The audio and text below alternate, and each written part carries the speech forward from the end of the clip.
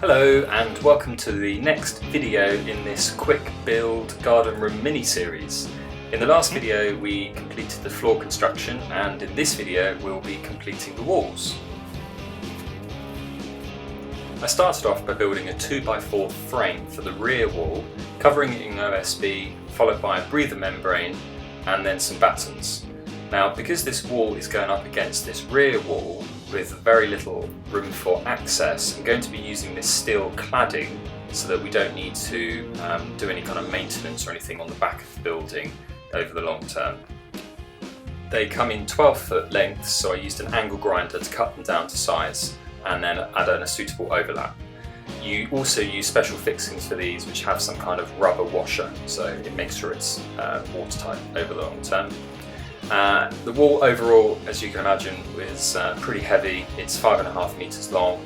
With all of that wood and steel, it was quite heavy, but three of us managed to use some wedges and we managed to push it up into position. I used a couple of braces on the side just to keep it in place, and then proceeded to carry on building the remaining walls.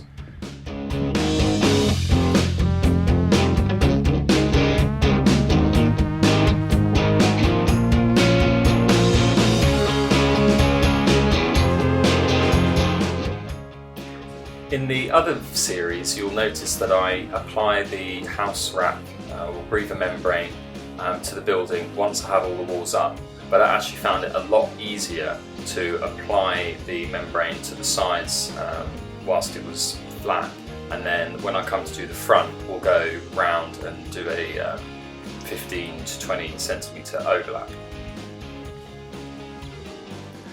Other than that, the build process for the walls is the same as in the other series. I've used 2x4 C24 treated timbers for the walls, with 600 centre spacings on the verticals.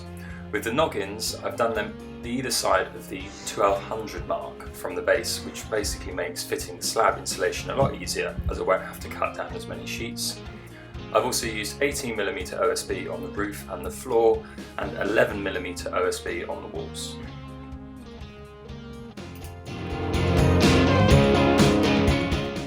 As with the floor and the rear wall, I've constructed the front in two parts and then fixed them together. The larger side you see here on the deck represents the front of the office space, and the side on the floor is the front of the shed space. I fixed OSB to the main verticals of the frame whilst it was on the ground, and then once lifted into position and fixed together, I fixed the remaining OSB across the front, spanning both sections of the two frames, which helps to tie everything together and add strength. You can also see the interior stud frame which will separate the two rooms.